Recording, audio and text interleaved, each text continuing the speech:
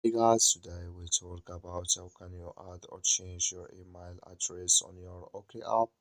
We're going to figure out the solution or know how you can do that on your app.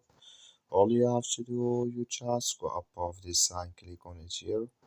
So then it's going to take you to this list here. Then all you have to do, just go above this sign, click on it.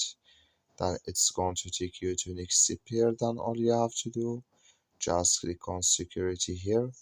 So then it's going to take you to next step here. Then you click here on email address.